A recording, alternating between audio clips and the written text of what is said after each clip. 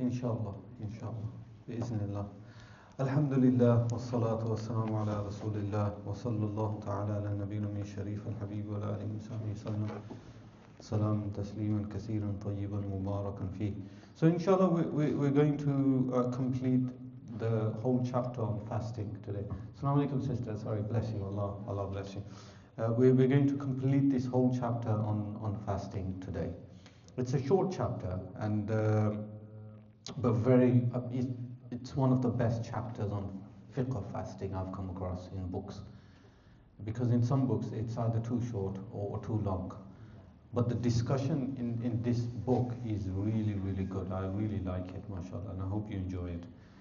So I'm not going to go too much in depth in relation to the footnotes unless it's necessary, and so we're just going to whiz through this hopefully very quickly. So fasting, which is as-sawm, and as-sawm literally means imsak, which means pause.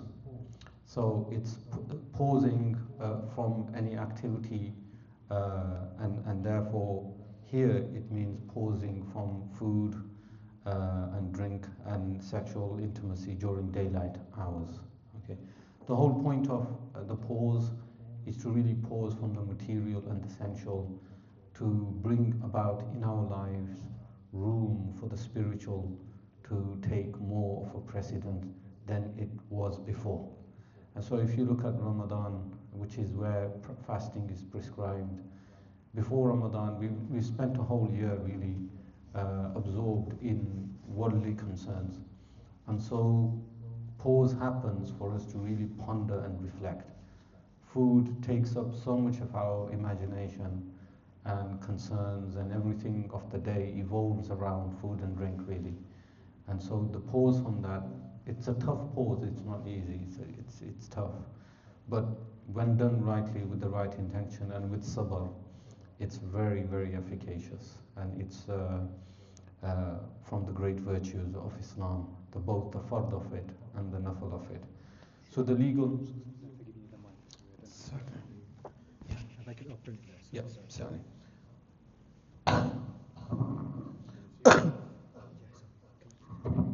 Yeah, so in terms of its legal definition, fasting is to withhold from eating, drinking and sexual intercourse during daylight hours.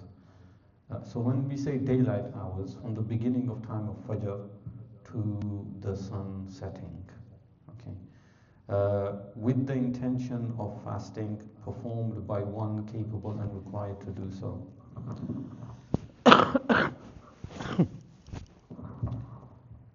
So intention is integral in terms of fasting, and we'll go on to what kind of intention you have to do, bearing in mind the kind of fast that you're about to offer.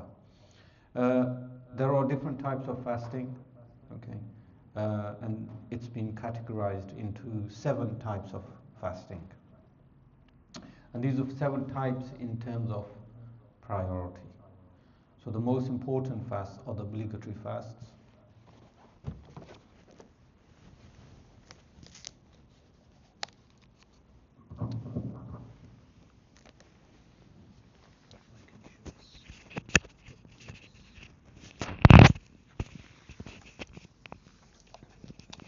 Yeah, that's right.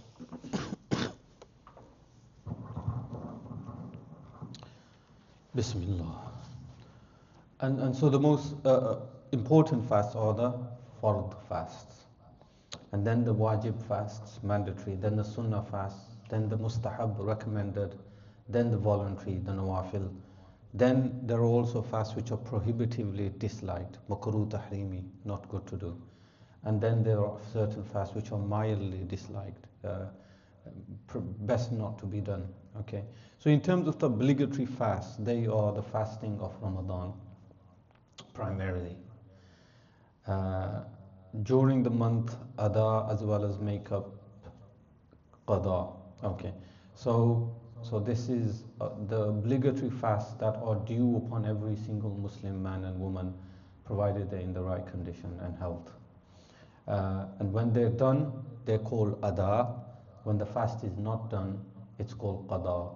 It means that it has to be made, one has to make it up. at a later time in the year.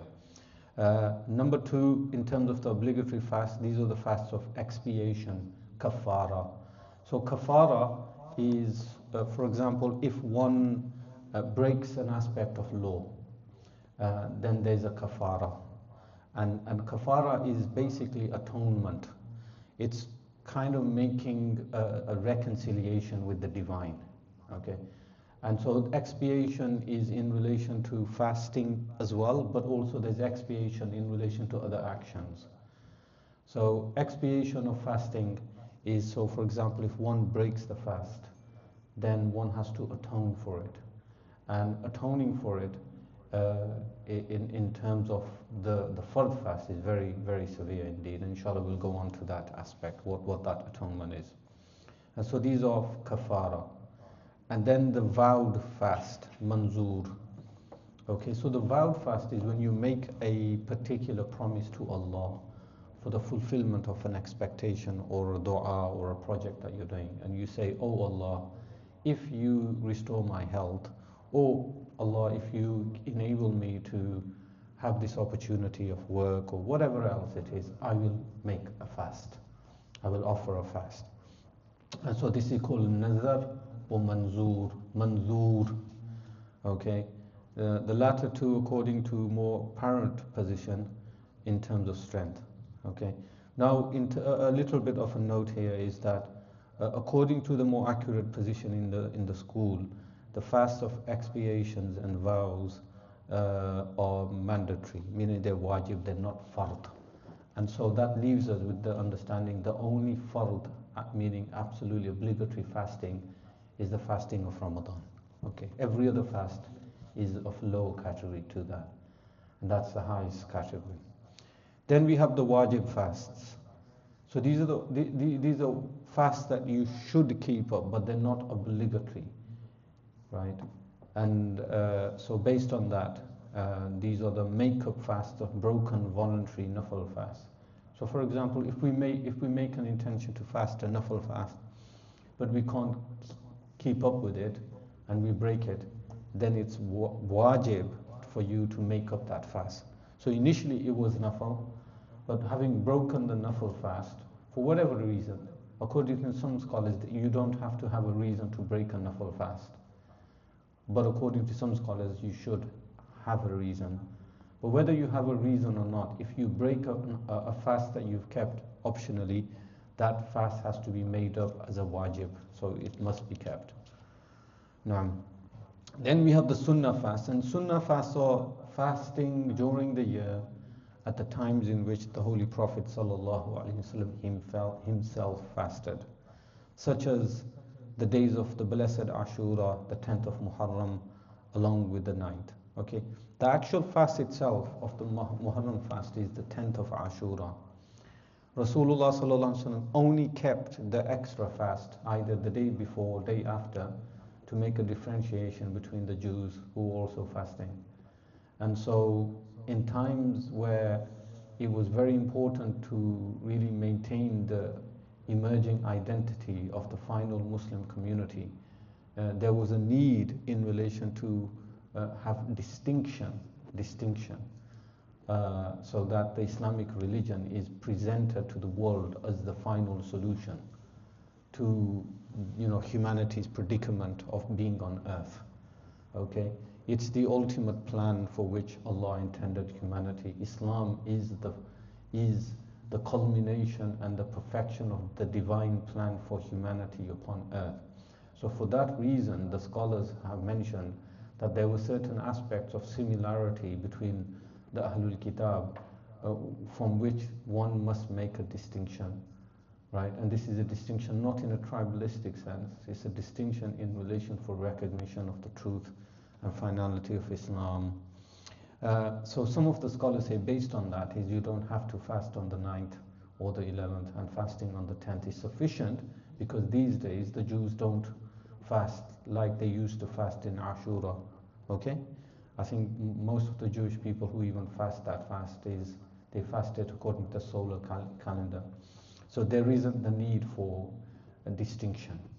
But one should still try to follow the Sunnah, And if one wishes to follow the sunnah, then that's fine.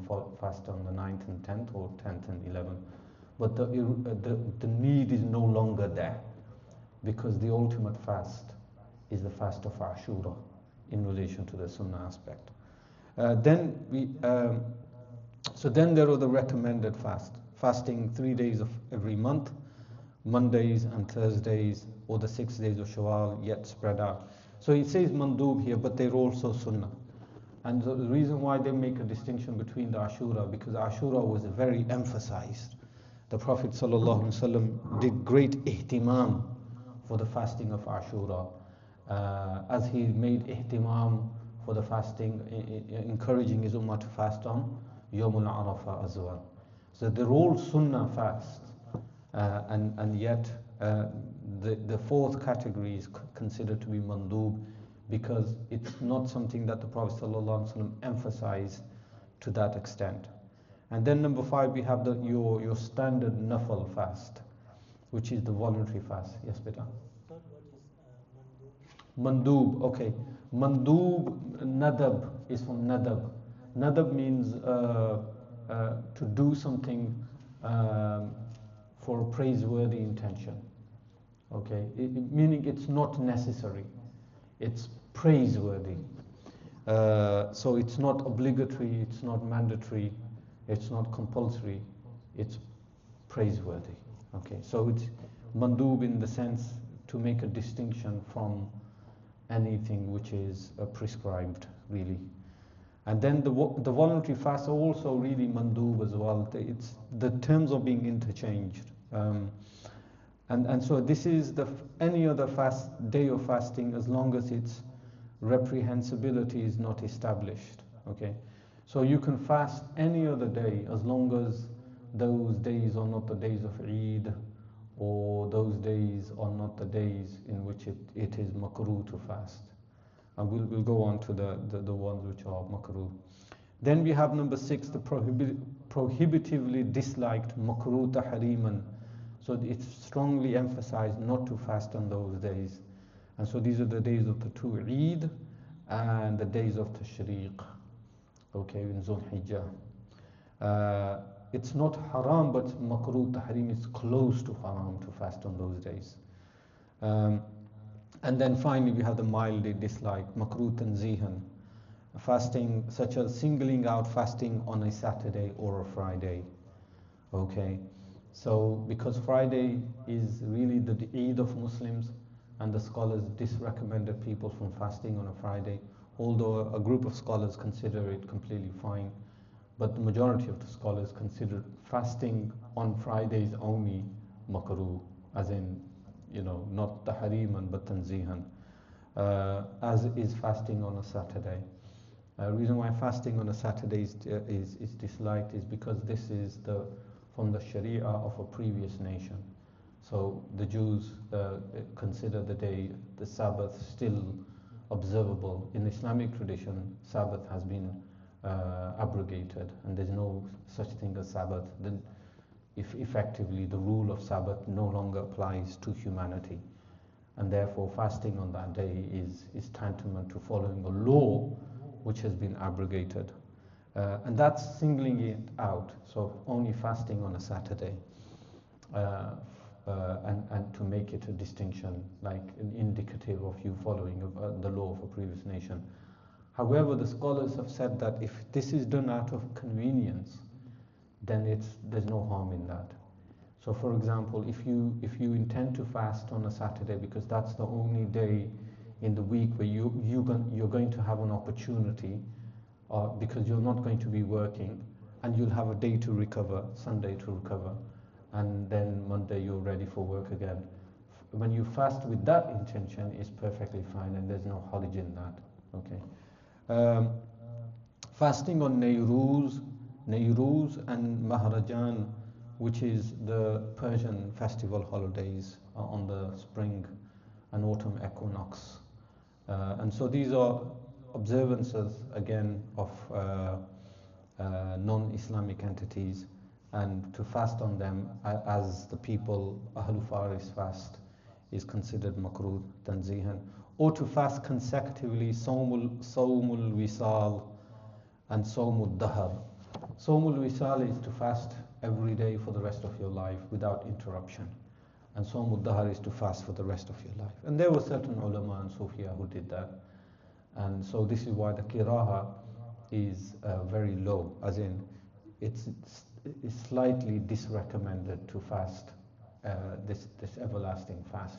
And the reason why is because it significantly weakens one's strength to basically engage in the necessities of life, unless one happens to be free from the duties and responsibilities. In this case, it's not disrecommended. Okay,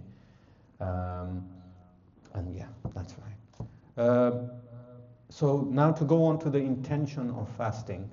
So intention is niyyah. Niyyah generally means there doesn't have to be a particular wording for any niyyah in Islam, generally speaking. So the niyyah is a mental resolve to do something. That's the essence. When we mentally resolve without an utterance, the niyyah has been established. Okay, so fasting, like other aspects of worship, ritualistic worship, the niyyah is important and essential. Okay, so the following types of fasts require an intention and specification of the type of fast, as well as that intention to be made previous night before Fajr, yet after Maghrib. So the fast that we're about to mention, one must make the intention for that particular fast. So a general intention can't be made for these fasts that we're about to mention, like I'm going to fast. That's number one. Number two, the niyyah must be made before Fajr, not after Fajr. Okay, so these are the two aspects. Specification of what fast you're fasting, and doing that before Fajr is in relation to the qada from Ramadan fast. So any fast that we may have missed in Ramadan, if we want to keep them again, we must make an intention before Fajr of the day that we're about to fast, and we must make that intention, today I'm going to fast the fast of qada, and this happens before Salatul Fajr. The same applies to the make-up fast from voluntary fasts that one invalidated. So if we broke the fast which was voluntary, when we refast that, so when we make that fast up again, we must make intention of that particular type of fast again before Fajr. Fasts of expiation, kafara, and unspecified vows, nazar mutlaq. So for example, if someone has made a particular vow to Allah and said, oh Allah, if you I'm going to do this virtue, this is my intention to do the virtue, and one did not specify that, okay, in terms of a particular date, in terms of a particular date, when we make that fast of that another, then we have to specify with intention the night before, basically. Okay. The following types of fast require neither specification nor do they have to be done before Fajr. Okay. So for example, these are the fasts of Ramadan. So the Ramadan fasts, you don't have to say, oh Allah, I am making the intention to fast the fast of Ramadan, and the fast niyyah doesn't have to be made before Fajr. It could be made all the way up to Dawha Kubra, which is the noon, so to speak, right?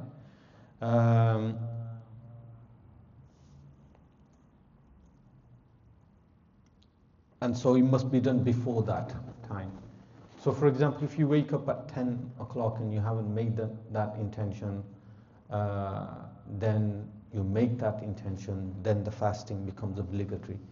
What's the significance of that? Let's say, for example, you haven't made that intention, you went to sleep, and you woke up for Fajr, you weren't feeling particularly well, but you see, let's see how I'm feeling during the day, and at 9 o'clock you were feeling, okay, and then 10 o'clock you felt really, really terrible, and then you felt quite sick.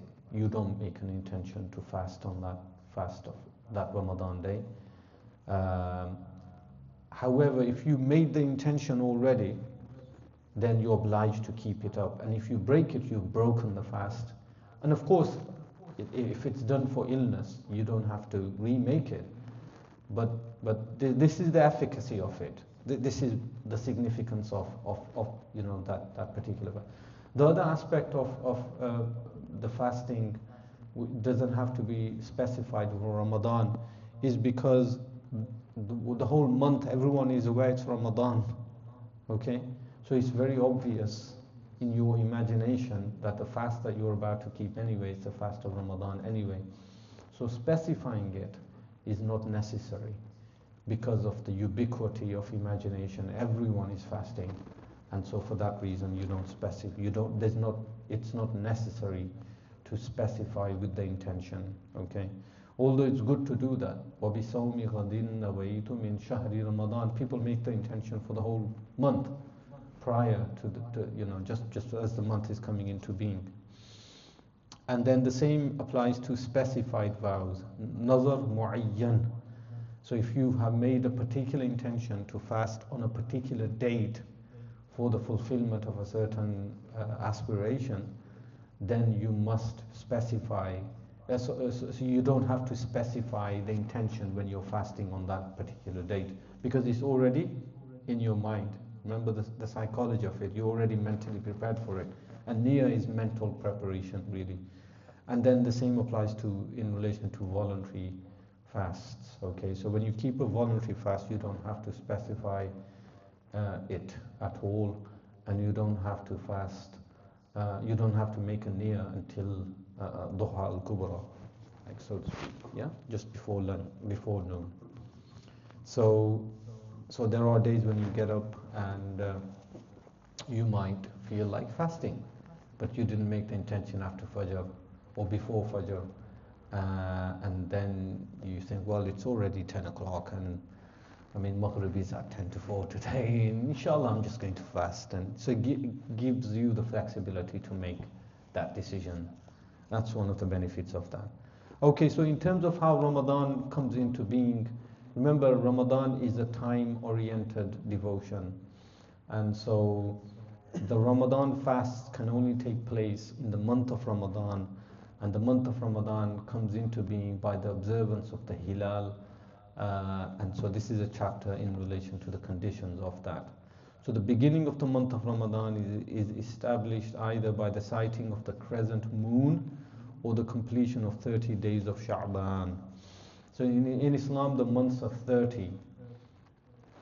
The months are generally 30, unless one observes the moon, in which case they become 29. But generally speaking, the actual month quantity is 30.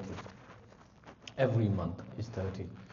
So unlike the Gregorian calendar, where months are some 31 and some are 30, in Islam the months are 30 days.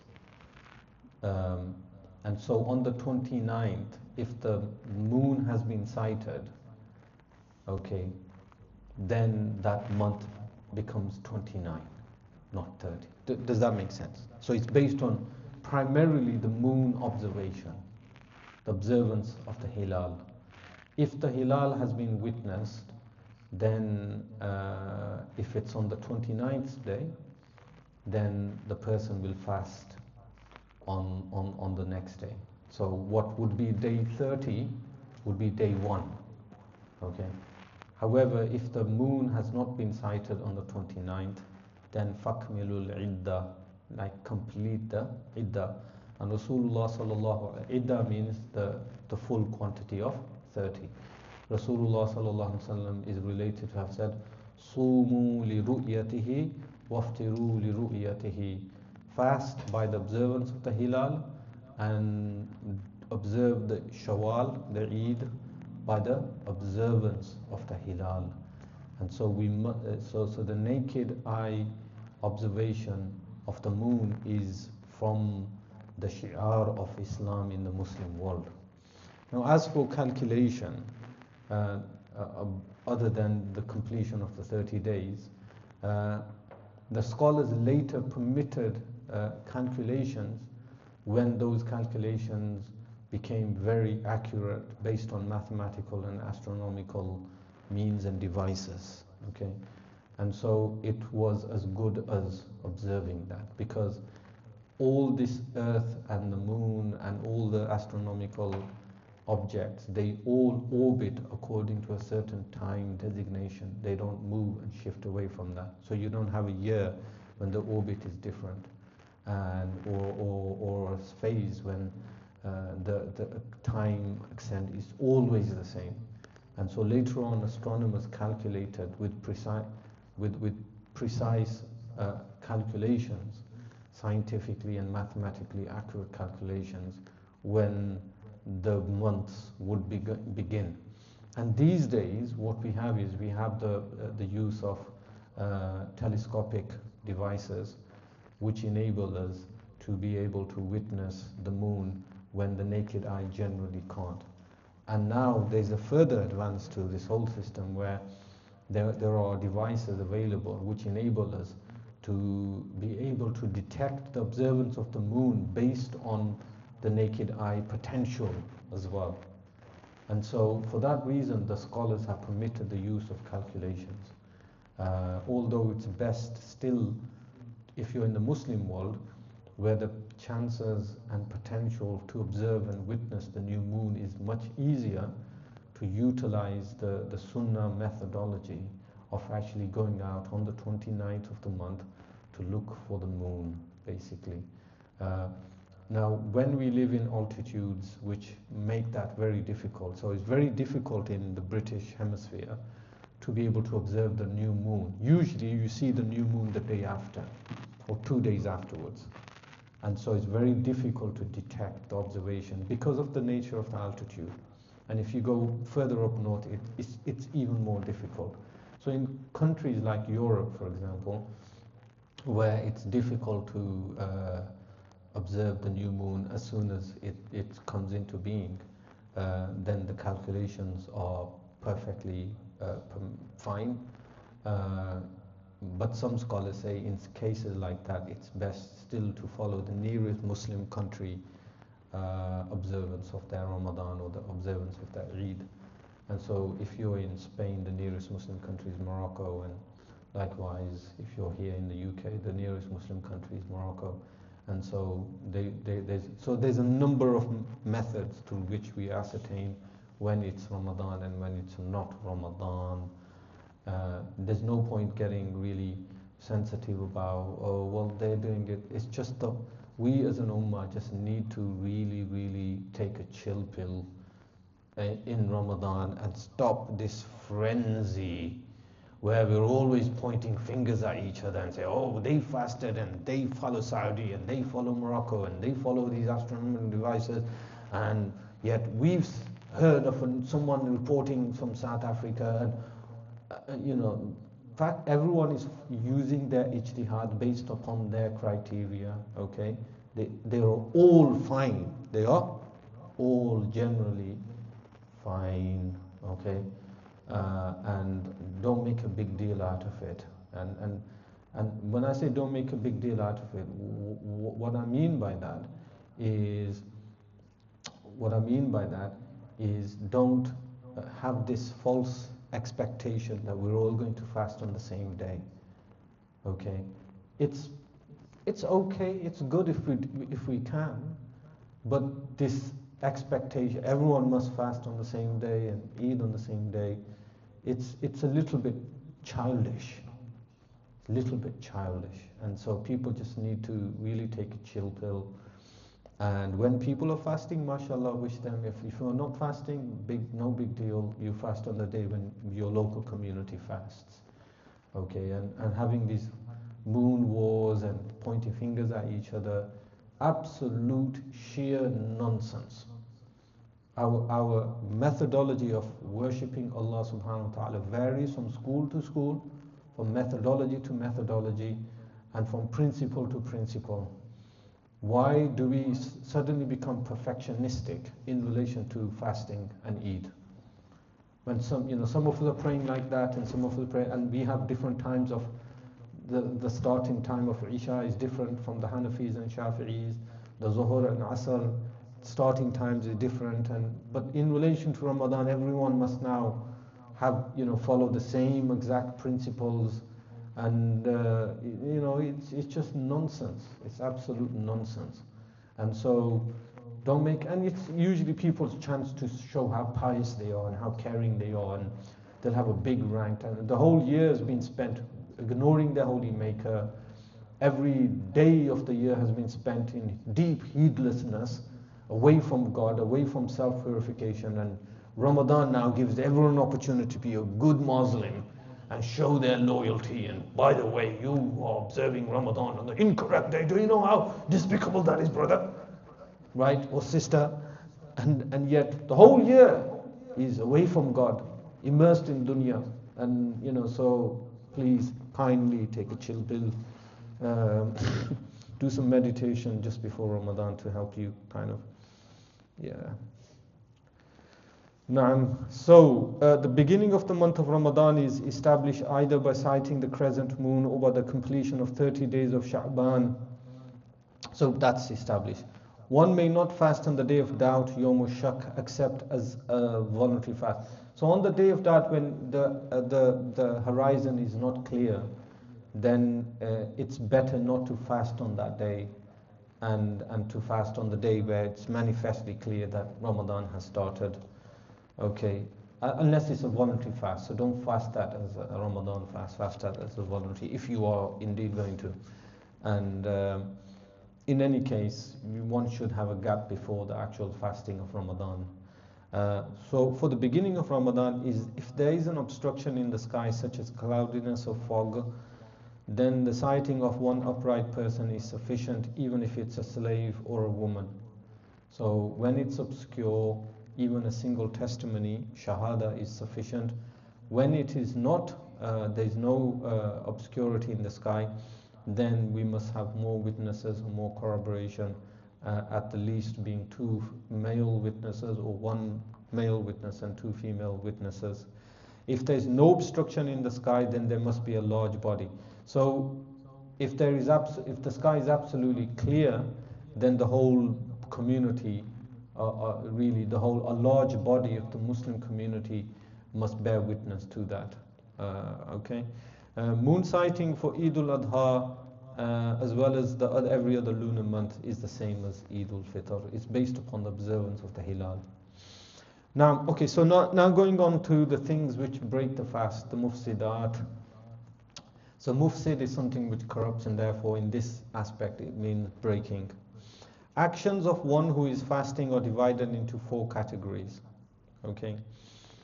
So in relation to the mufsidat, these are things which break your fast, but then there are certain fasts which have higher penalties, and there's certain fasts which if you break them, they don't have such penalties. So for example, those that require a makeup as well as an expiation. So for example, if anyone does the following things I'm about to mention, this means that the fast has to be kept again, as well as the expiation, as well as the kafara. So this is real serious business, basically. So if and again, by the kafara, it means it's only in relation to a Ramadan fast, by the way, to the Fard fast. So if one eats or drinks something of nutritional value, i.e. something customarily eaten, meaning food, produce, okay, not something like plastic or paper or any other device that you ingest.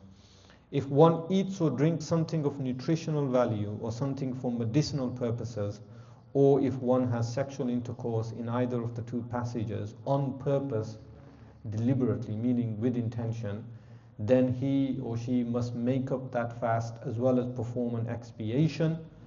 So this is only in relation to Ramadan fast. It's not in relation to any other fast. They must perform an expiation, which is, so this is now the kafara. So this is how you make up, make amends in relation to missing a fast of Ramadan deliberately by consuming food stuff or engaging in sexual intimacy which involves penetration. Meaning if a sexual intimacy and even ejaculation takes place without penetration, there is no kafara. You just make up the fast, but no kafara. And so kafara is what? Kafara is to free a slave if one is able. And these days slavery just no longer exists. Okay, so that is ruled out. If he does not have one, he must first fast 2 consecutive months, 60 days in a row. 60 days in a row. And, it's tough to do that. And then there was a companion who missed this fast, and he then Rasulullah sallallahu alaihi wasallam said, he said, I'm poor myself. And then meaning he doesn't have a slave. And then Rasulullah sallallahu alaihi wasallam said, then this is the fasting of say. He says, I can't do that. Ya Rasulullah, I'm too weak to do that. Then Rasulullah sallallahu alaihi wasallam said, then give charity for 60 days, feed. He said, I don't have money to do that. And he had nothing, he couldn't fulfill the kafara. And then Rasulullah sallallahu alaihi wasallam asked someone to give him some dates, and he gave those dates and the kafara. But I'm mentioning this because it seems very austere. But with Rasulullah around, sallallahu alaihi wasallam, rahmatul lil alameen, as long as there's genuine difficulty, by the way, or hardship.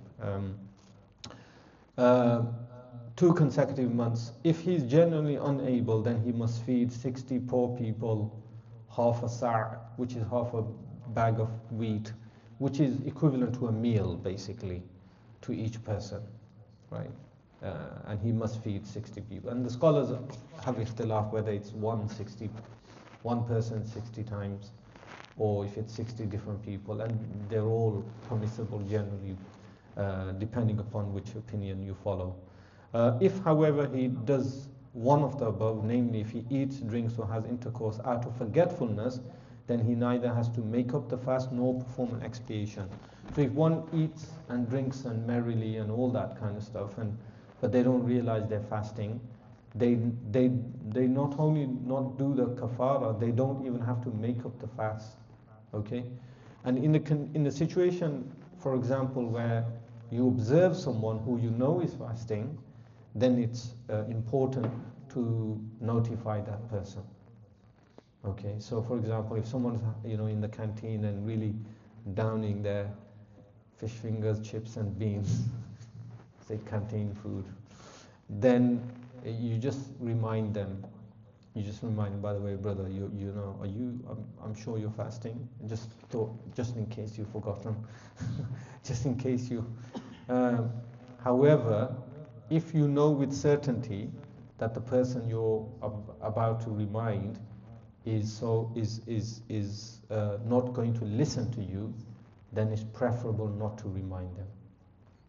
Meaning, if they're really, really digging into their food and really enjoying it, and you suddenly saying, by the way, brother, you're fasting, they're likely to carry on because the nafs, isn't it? Our physiology is very powerful, and it's very difficult to stop once it's activated.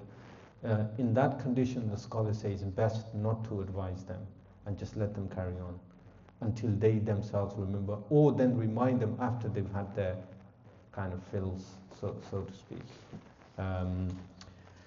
Okay, so those that require makeup without expiation. So these are the things that you would do that require only the makeup, i.e. the qada, and does not require expiation or kafara.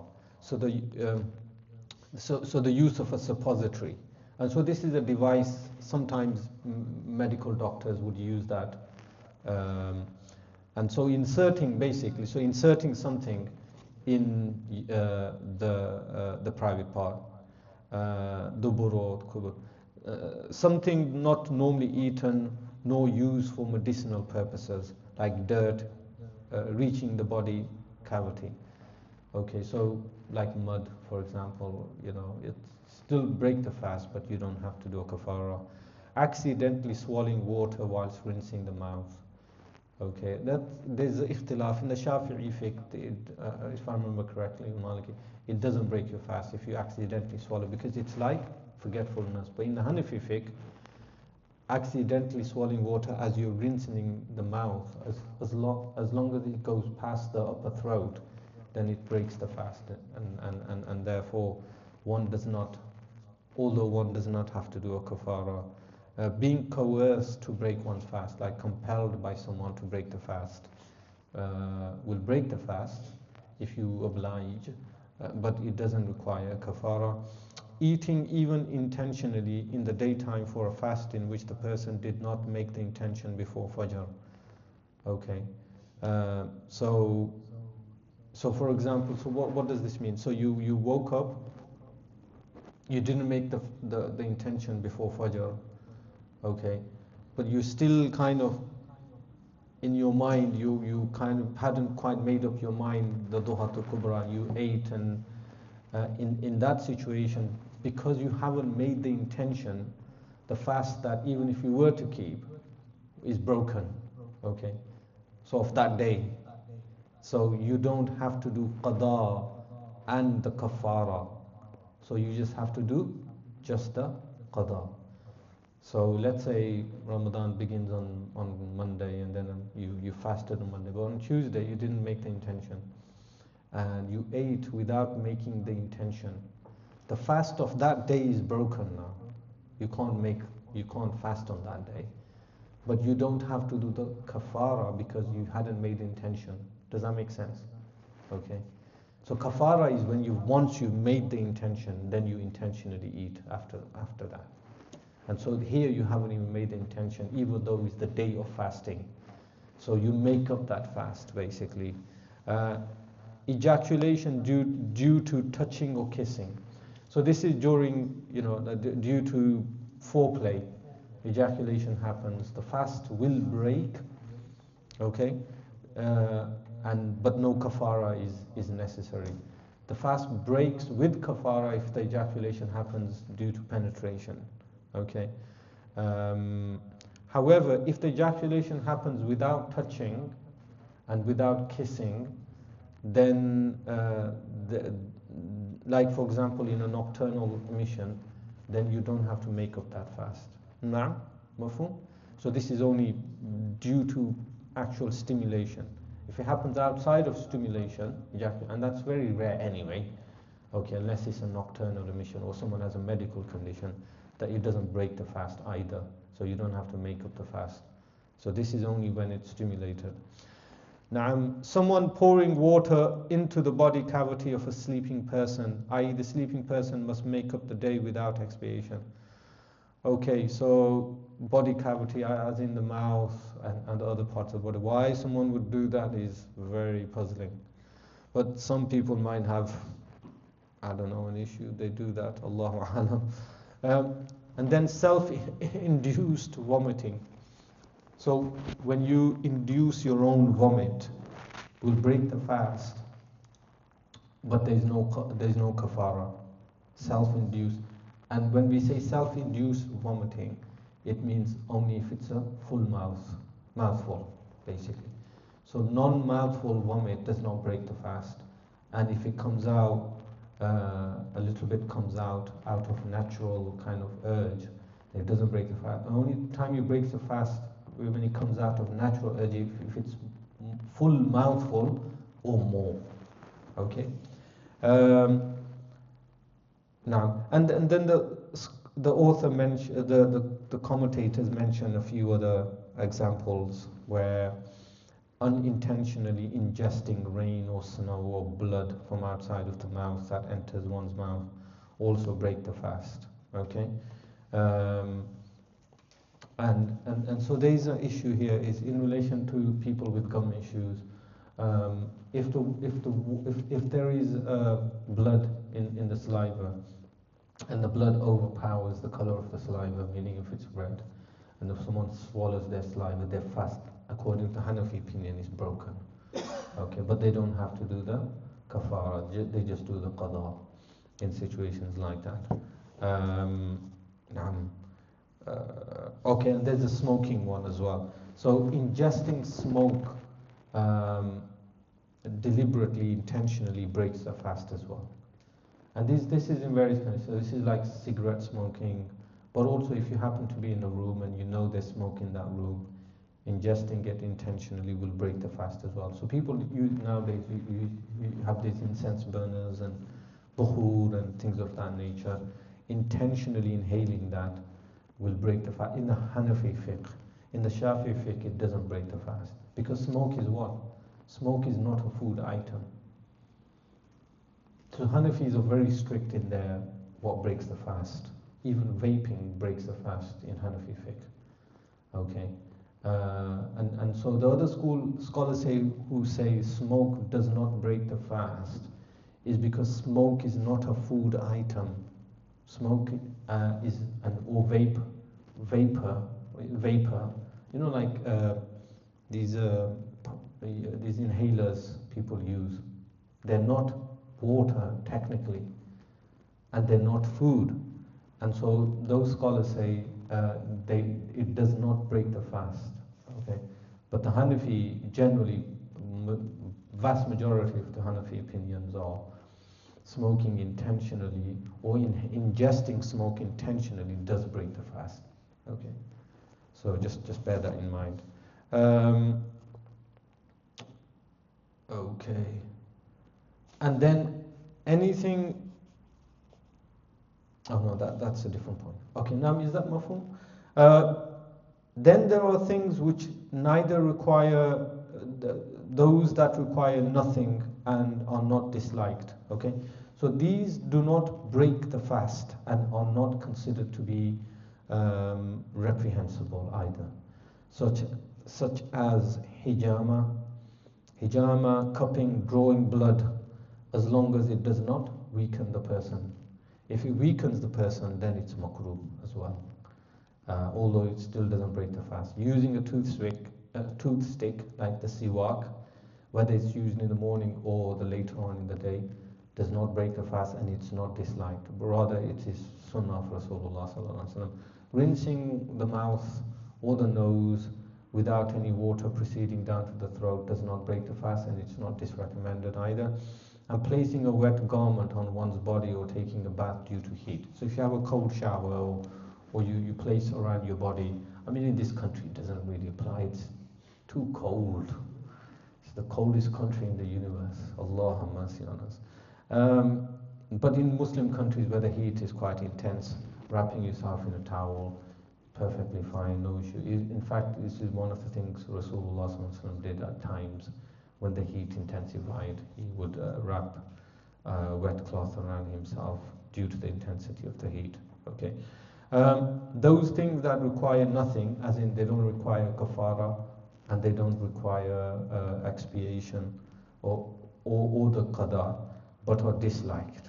Okay, and so this is the case if one tastes some food or chews on it without swallowing. Without a valid excuse. Okay, so the valid excuse is, for example, if one sister has a very tyrannical husband who gets very upset if the taste of the handi isn't right, she's excused. You know, poor girl. Allah have mercy on her. More hungry and more jittery, and you know, it's just. It makes sense. No, yeah. Anyway, shall we continue, inshallah? Bismillah. So these are the things which are recommended. Yes. What is Salafi? Salafi. So the Salafi people claim they don't follow any of the schools of thought. They don't follow Imam Abu Hanifa, Imam Malik, Imam Shafi, Imam Ahmad bin Hanbal. However, in reality, they do. They follow a mixture of the four. So their opinions, most of their opinions of the so-called Salafi school of thought are the opinions of Imam Ahmad ibn Hanbal. Anyway, so about 70%. And the rest of the 30% are sometimes Malik, sometimes Abu Hanifa, sometimes Shafi'i, but they don't admit to that taqleed, but it is taqleed. But yeah, we'll have a session on that inshallah ta'ala sometime soon. So these are things which are recommended, praiseworthy to do, which will support one's fasting. Okay, so to have a pre-dawn meal such as suhoor, because this is considered to be mubarak by Rasulullah sallallahu alaihi wasallam, it also energizes one for the rest of the day. If you do not have the pre-dawn meal, fasting will be really, really difficult, especially if it's done in the summer. I mean, these days it's easier because fasting will open at about 10 to 4, a couple of years. And then if you've missed your sahur meal, it's not much of a big deal. But if you've missed your sahur meal in July, then you're in trouble. So the whole point of the suhoor meal is to really for energy, but also it's an opportunity to wake up at the Hajj time and to make some extra prayers. To delay it, it's also recommended to delay the fast until shortly before Fajr,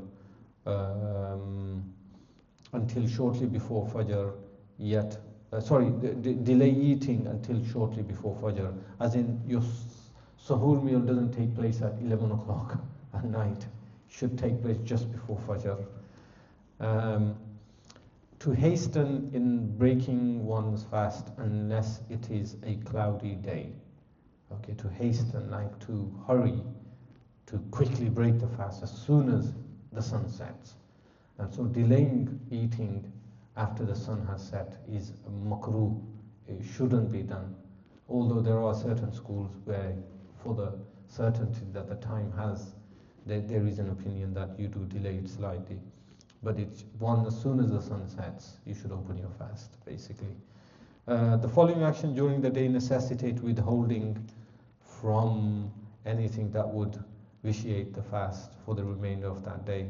So this means that if you have broken your fast for whatever reason, you shouldn't eat during the day. And my personal opinion is, if you're not fasting, then I don't see a particular harm in eating. Does that make sense? I mean, don't record this officially. Okay. So I'm saying, if you're not fasting, then there's nothing from the Holy Prophet, it appears. But I'll double check on that. But anyway, if one breaks the fast whether accidental, on purpose or under coercion, if a traveler arrives to his place of residence and was not fasting on his journey, if a woman in menstruation or postnatal bleeding becomes pure, if a non-Muslim embraces Islam, or if a child becomes an adult by puberty, as in later on during the day, and it's in Ramadan, in all these cases you shouldn't eat. That's even though you're not fasting. I'll double check on that. If I'm wrong, I will tell you. But it's just rationally speaking, if a person isn't fasting and they're not in the hukam of the fast, and so I don't see it as a problem having a cup of tea or having a light meal, as long as one doesn't have a heavy meal which makes the habit of fasting difficult. Because remember, and I think the meaning of this is to maintain that habit during the day of not eating, which makes it easier for you the following day. But in this day and age, when you're going to work, and it's a little bit of a bonus if you're not fasting, due to the illness or something like that. And so I don't see it as a particular problem in having a light meal or a light snack or a cup of tea. But I will inshallah get back to you on that. If I'm wrong, I will mention it. So these are the exemptions from fasting, and this is a quite controversial topic as well, so it's important we talk about that. So these are the following people are exempted from fasting. And again, it's controversial, because controversial is that, generally speaking, someone who has a physical sickness is unanimously permitted not to fast. Okay? Provided the sickness is going to lead to an aggravation of the illness.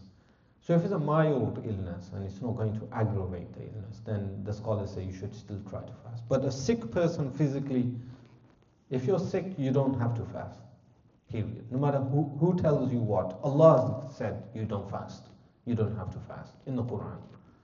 Okay. Now, as for mental illness, it's a new and emerging area where mental illness is now classed as a physical illness. And so there are people with nervous anxiety and general anxiety syndrome and the depression, like constant depression, where the absence of food, particularly the absence of things that the body is generally used to, such as caffeine, is really going to aggravate their mental illness to the point that it will lead to severe hardship, my opinion is you don't have to fast either. Does that make sense? So if someone has a diagnosed mental condition, then even if it's general anxiety, even when it's not diagnosed, but one is sure that they have it, if fasting is going to aggravate that, then it falls under the situation of being ill, and therefore they don't have to fast, and they should fast when they're better. Does that make sense? Inshallah. A pregnant woman or nursing woman with the condition for each that she has legitimate fear for the baby or for herself. That's quite obvious. One who is undergoing severe thirst from which he or she fears death. Or a traveler, yet for him to fast is more preferable if it doesn't harm him. If one who breaks the fast due to a valid excuse, as listed above, passes away before having the chance to make up the days missed, then it is not mandatory, i.e. it's not wajib to make up those days. Meaning there's no fidya, they don't have to pay the fidya for it either. When making up the fast in general, one does not have to perform them consecutively. So so if you miss 30 days of Ramadan, you don't have to make up the fast 30 consecutive days. You can make up them intermittently, like 10 in one day, 5 in another month, 10 in 1 month, and like that basically. The fidya for a very elderly person who's unable to fast, and likewise also a disabled person who's unable to fast, is half a bag of wheat for each day. A person performing a voluntary fast may break it without an excuse, according to one narration. So meaning if you're voluntarily fasting, you can break it without any reason, according to one narration. Entertaining guests is a valid excuse for both the host and the guest. So if you're voluntarily fasting and suddenly a guest turns up to your house, it is good practice to break your fast, because hosting takes the priority over voluntary fasting. And likewise, if you are yourself fasting and you go to someone's house and they say, MashaAllah, now you have to have these chapal kebabs, come on brother, MashaAllah, you've come to my house after 3 years. So in that case, they are permitted to also break their fast. Hospitality is very important in Islam. If one breaks a fast after having started it, in any case, it is mandatory for him to make it up, except for the days in which it is prohibited to fast, namely 2 Eids. Okay? So nonetheless, the sum is, if you do break your voluntary fast, it's wajib to make it up on another occasion. If a person makes an unspecified vow to fast or vow to fast upon fulfilling a particular condition, which then occurs, then he must fulfill his vow. Allah knows best. Okay, meaning that it's now wajib upon you to fast, and you should fast on the day in which you intended in the first place. But if you haven't, then you fast on any other day. But you have to make an intention on the night before, as in Fajr, for the vow fast, if you didn't specify it. Okay? And then finally, spiritual retreat in the masjid, i'tikaf. And so i'tikaf is the practice of seclusion in the masjid for the pleasure of Allah subhanahu wa ta'ala. And so there are 3 types of i'tikaf. The mandatory i'tikaf, which is when one makes a vow to perform it. Okay, so you make a vow to Allah that if I'm restored to health, or if I attain a certain thing, I will do i'tikaf in your masjid for 3 days. Okay, once you made that intention, then that i'tikaf is wajib. It must be done, basically. Then the communal sunnah fast of the last 10 nights of Ramadan. And so this is the mashhur, the common notion of i'tikaf that we are aware of. And then the recommended mustahab, any other retreat. Okay, so we're going to go into detail. So the fasting is a condition for the validity of the vowed spiritual retreat, the first type only. Okay. So for the first type, if you made a vow, you must fast. You must fast for the retreat to take place. Any other retreat in the masjid, the fasting is not a condition. But of course you would fast anyway, isn't it? If it's Ramadan, you naturally fast. But let's say you're ill during your itikaf. Your itikaf still takes place because fasting is not a condition for it. The itikaf of the 10 days will be accepted. Although, yeah, does that make sense? And so the fasting is not a condition for itikaf of the mustahab retreat as well. So for example, the mustahab, the third type of itikaf, is making an intention even for a moment. Like I make an intention to be in itikaf in the house of Allah for 5 minutes. And you don't, mashallah, some people make that. You should. Whenever you go to the masjid, just make that intention. So I make an intention of itikaf in the house of Allah for 1 hour. And your ibadah will be recorded. Every single second, millisecond of you being there, whether you do dhikr or not, will be considered to be an ibadah. So make that an intention whenever you go to a masjid. So I come into the masjid for the intention of i'tikaf as long as I'm here. MashaAllah, tabarakallah. So for that third type, you don't need to be in a state of fasting. Okay, so that's that. Is that inside Ramadan, the last point you just made? Is that That's outside of Ramadan. That's any time of the year. Any time of the year. The mustahab retreat, basically. And remember, there's a hadith of the Prophet ﷺ. The mention is al-rahbaniyatu ummati julusu fil masajidi aw kama qala alayhi salatu wasalam. The monasticism of my nation is remaining in the masjid waiting for the next prayer. That's a type of monkery. Like monkery in Islam is not generally recommended, like monasticism, being a monk. However, there are aspects of the monastic that Rasulullah did allow. The minimum period of time to fulfill a voluntary retreat, i.e. the third type, is a moment. We've said that already, mashallah. With its intention, as with all types of spiritual retreat, is valid only in a mosque of congregation. So these, the i'tikafat are permissible only in a place, the masjid, where the 5 prayers are led in jama'at. Okay?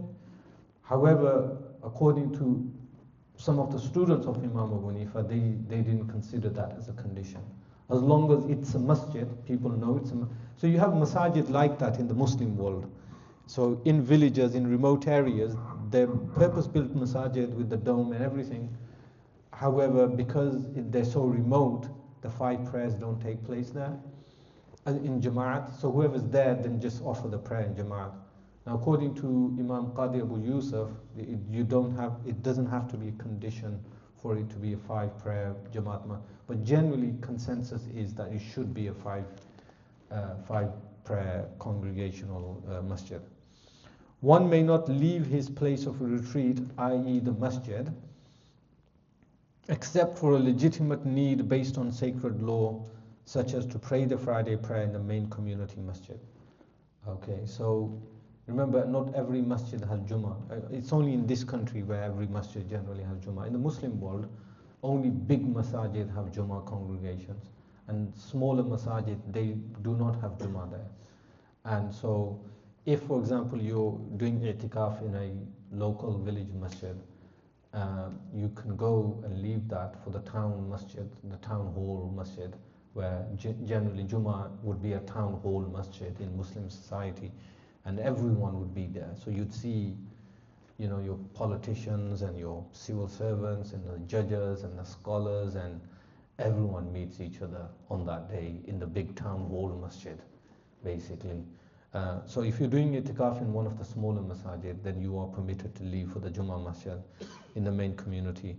or for a natural need such as to urinate. Remember, in those days people didn't have toilets in the vicinity of the masjid, or due to an emergency, so you can leave to fulfill a safety requirement, such as if forced or forced to leave under coercion. He should immediately enter another masjid. So in any of these cases, he should immediately enter another mosque upon fulfilling the need. If there were no valid excuse, then the spiritual retreat would be invalidated by his leaving. So meaning is to be present in the masjid, unless it's fulfilling that need. The woman performs a spiritual retreat in the area of her house which he has designated as the musalla, as the prayer area. And for her, that's a de facto masjid. It is permissible for the man performing the spiritual retreat to eat, drink, sleep, and even buy or sell in the masjid. So when you say buy or sell, mashallah, in those in those days, because you didn't have computers or emails or anything like that. So when we say buying and selling, this is buying and selling without bringing the commodity to the masjid. Okay, so you can agree to a transaction in the masjid. So if the other party comes to you and visits you during your itikaf, you can say, yes, I'll buy that, or yes, do you want to buy that? And so you can agree a sale, but you can't bring the sale commodity in the masjid. Provided the commodity for sale is not brought in the masjid, and so it is disliked. To do so is disliked. It is also disliked to remain silent or speak other than good. So, so while you're on your spiritual retreat, being silent is not liked. So you should try to speak a little bit, because being silent in Islam is considered ma'yub, it's not good. And so when you're eating, you should be talking. And yes, it's the sunnah is so only the majus don't eat and talk, don't talk and eat. So the sunnah is you should talk at the dinner table, if you have people around, of course, And so generally, be remaining quiet. Like in our Pakistani culture, चुप करके खाओ. मैं है ना गलना ना करनी चाहिए. थोड़ा सुन्नत ने खिलाफ है गलना करना. It's actually sunnat ne khilaf not to talk during the dinner table. You should talk. It is unlawful to have sexual intercourse or engage in any foreplay. Moreover, the retreat is invalidated by intercourse or ejaculation due to foreplay. Okay, but not by looking or mere observance, right? But it's a statement of obvious, really. No one's going to do that anyway. If one makes a vow to perform the spiritual retreat for a certain number of days, he must remain in his retreat during the accompanying nights as well. Similarly, a vow of nights necessitates the accompanying days. Okay, this type of retreat in either case must be performed in consecutive days and nights, not separately, even if he did not explicitly stipulate the consecutiveness in the vow. Okay, so what that means is basically, if you made a vow that, oh Allah, I'm going to spend a night in your house, if you fulfill this expectation for me, then you must spend a day also. And likewise, if you said, oh Allah, I'll spend a day in your house, then you must spend the night there. So and then if you specified, oh Allah, I will spend 3 days in your house if you fulfill this vow for me, then according to the Hanafi fiqh, you should do 3 consecutive days, even though you didn't intend that. All you said was, I will spend 3 days in the masjid. Then you don't do this like you spend 1 day and then a week later you spend another day. You should do this with consecutive, if you specified a number of days. If he makes a vow for 2 days, he must perform his retreat for the accompanying 2 nights as well. So that we've mentioned that as well. Okay, so that's that, mashallah. So next week, inshallah, we'll complete zakat and then hajj, and then 3-4 weeks we'll be done with fiqh, and then we'll move on to aqidah, possibly, or seerah, inshallah. So someone had a question about medication during